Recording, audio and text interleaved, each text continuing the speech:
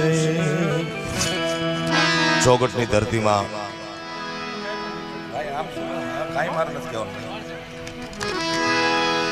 એવી દિવ્ય ધરતીમાં બેઠા છે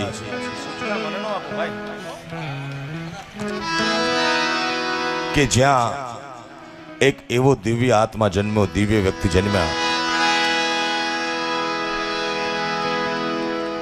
એના જીવનની પુનાઈ એવડી મોટી કે આજ ગુજરાતના મુખ્યમંત્રી પણ આ ધરતીમાં આવ્યા. એકવાર એ રામભાઈના દિવ્ય આત્માને બે હાથ ઊંચા કરી તાળીના ગળગળાથી વધાવી કે એવો એક સપૂત આ ગામમાં, એવો એક પવિત્ર દિવ્ય આત્મા આ ગામમાં જન્મ્યા કે જેને શ્રદ્ધાંજલિ દેવા માટે ગુજરાતના મુખ્યમંત્રી આવતા હોય એ આખા સમાજ માટે ગૌરવની ઘટના છે. ત્યારે માં મોગલના ચરણે પ્રાર્થના, એ માતું 14 ભુવન મારેતી